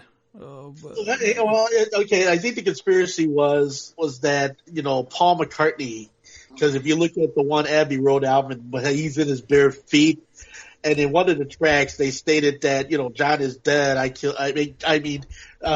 Paul is dead. I killed Paul is laid real deep in one of the records, and so there was a big to do saying that Paul McCartney at one point was actually replaced with somebody who looked like Paul McCartney. Right, I remember there's begun the Clone War has.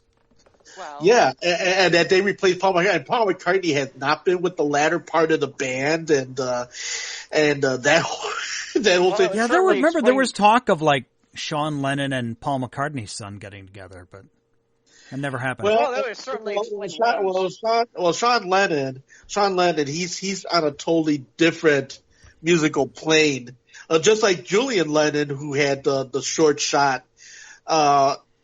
Time is his time on the charts. No Time for Goodbye, which was his big, one hit wonder thing that he did. Which John Lennon, I don't know if John was already gone by the time he recorded that, or that was before he had been murdered. But all I know is that John Lennon was not really invested in neither Sean Lennon or Julian Lennon.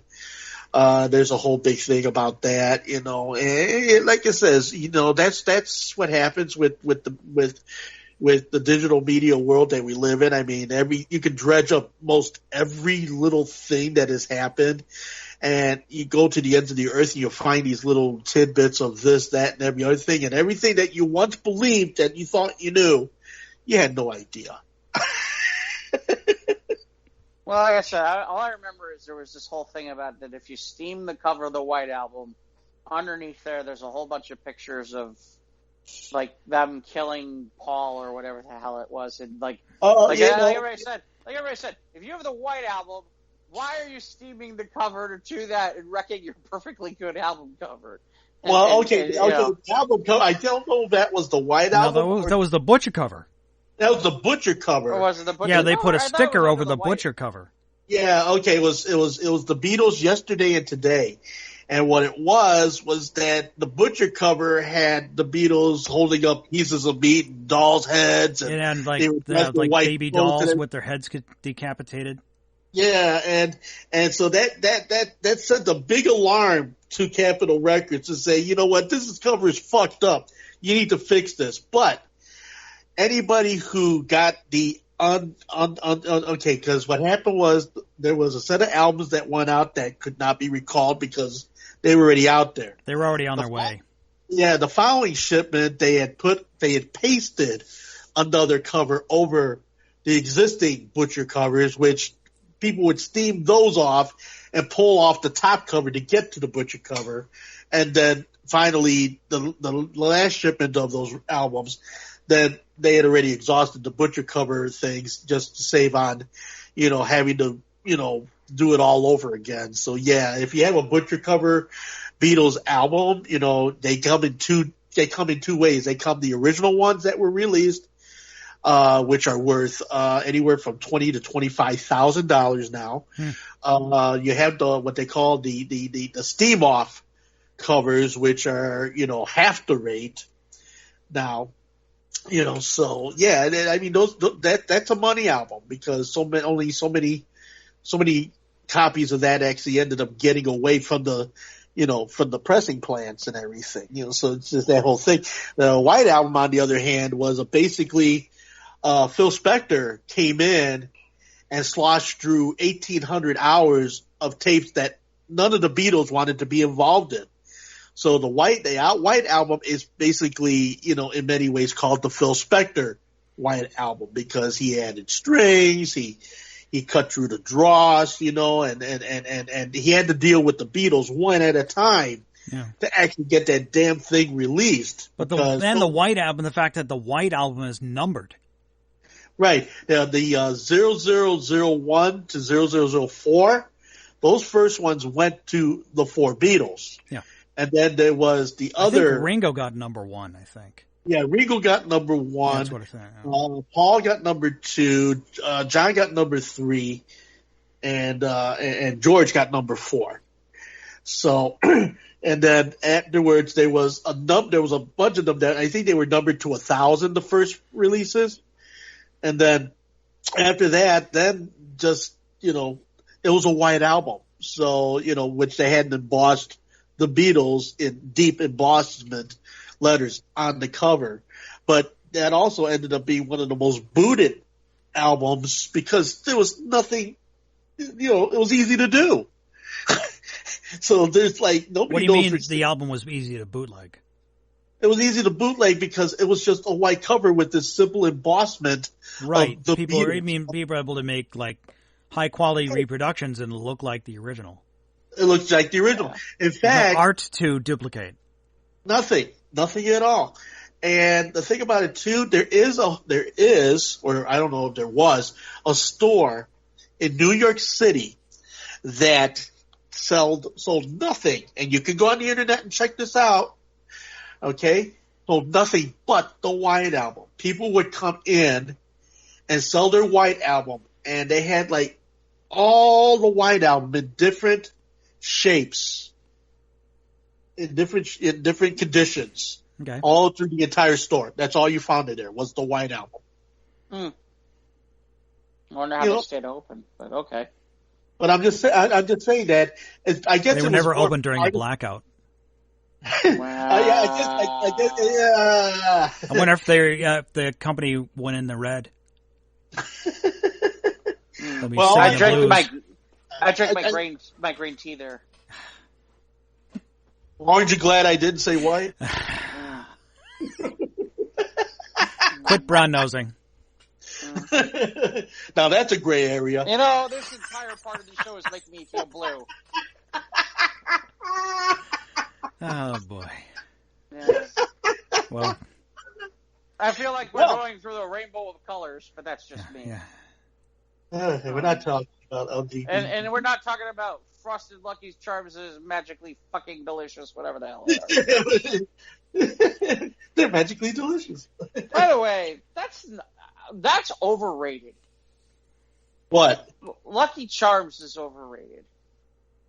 Lucky Charms. We've talked about cereals here, but I know. Lucky Charms used to be good, just like Alphabets used to be good, but now they've taken so much of the sweetness out of both the cereals. It's like, it's like you eat the Lucky Charms, it's like eating chalk. I always thought the marshmallows was like eating chalk anyway. Yeah, but I don't like. I enjoyed the texture of the marshmallows. Yeah, but so I did do the convention this past week, and then we did. I want to make zebra crispies. We did like a live pregame and a postgame show, and we actually streamed the World Championship until Toastmasters came on and said, "Cease and desist, or we're going to sue you." What? Because we were pulling their feed illegally while we were running our thing, which I didn't think about. And I had forgotten about because originally we were talking about doing it on Zoom, and it wouldn't have mattered. But since we were doing it on StreamYard, and technically we were putting it out on YouTube and Facebook live. Oh, there you go. Nothing like infringement. But you weren't the only ones doing it. Yeah, but they were running it. No, because they were doing it on their own, and we were the only ones kind of doing it. Yeah. Oh, okay. Yeah, we were the only ones kind of doing it. Yeah.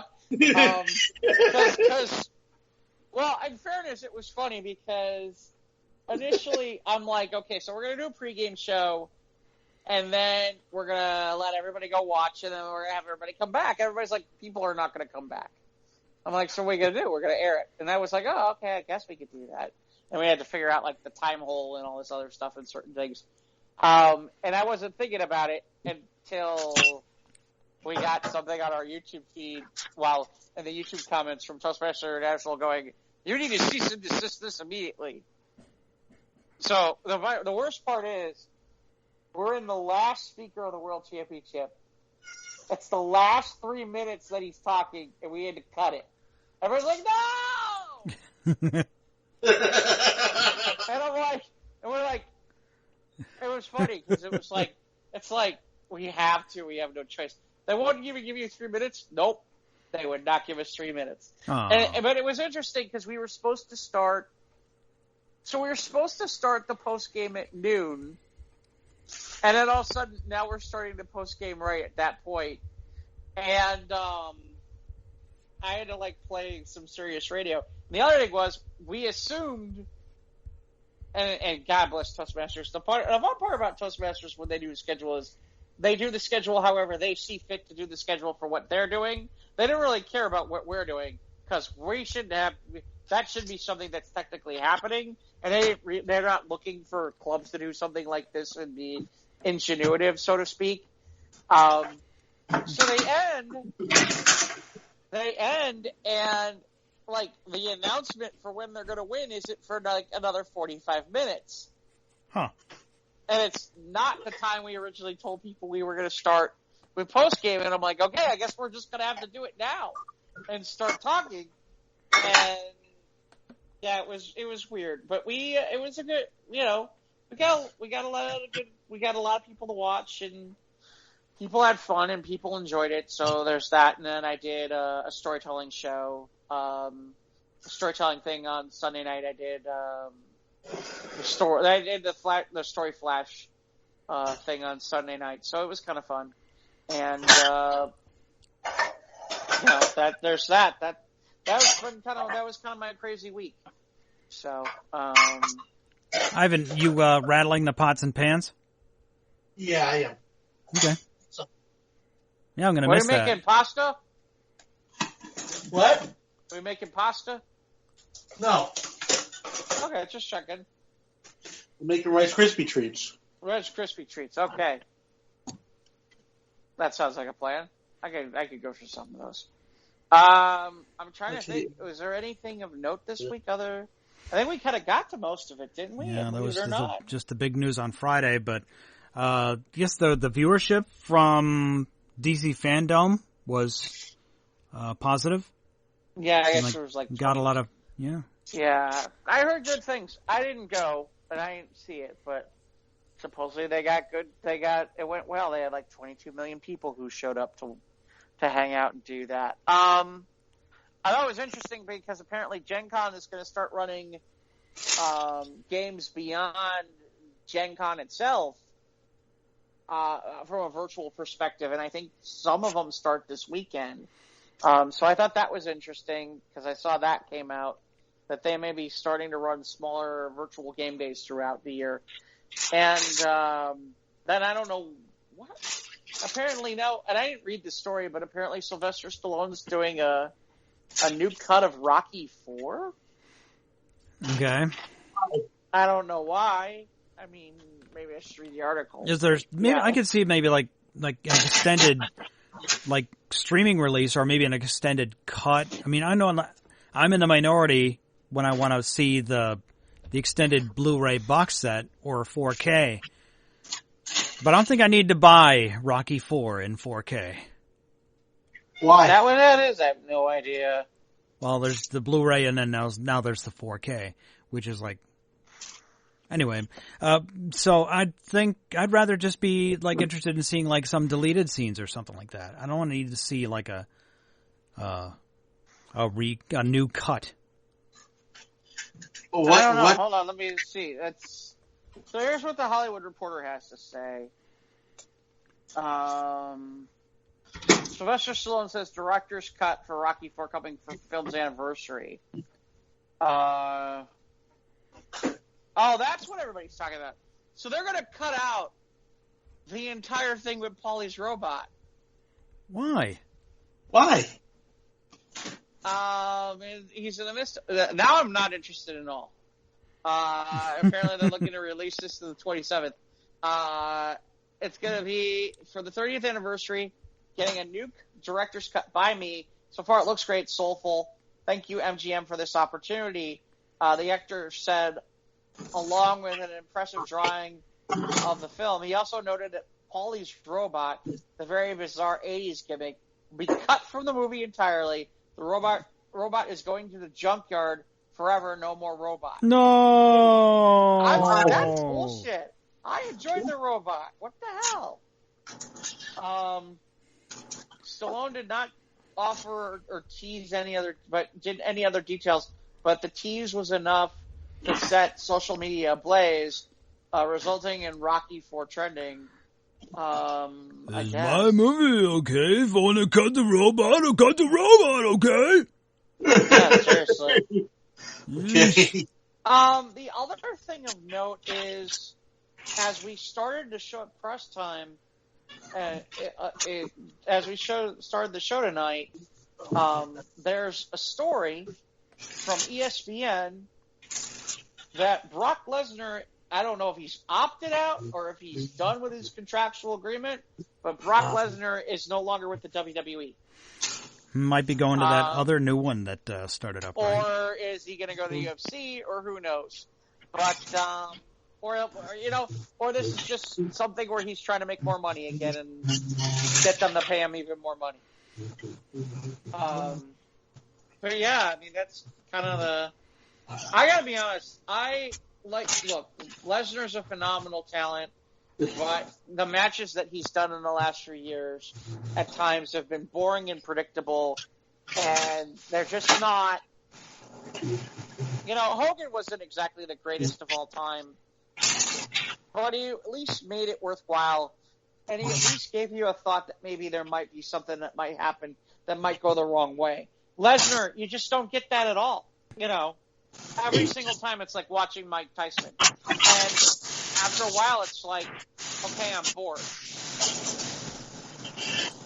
So, anyway, I guess we're kind of done because Ivan's ready to, like, make dinner or something. Yeah, he's baking Rice Krispies for us.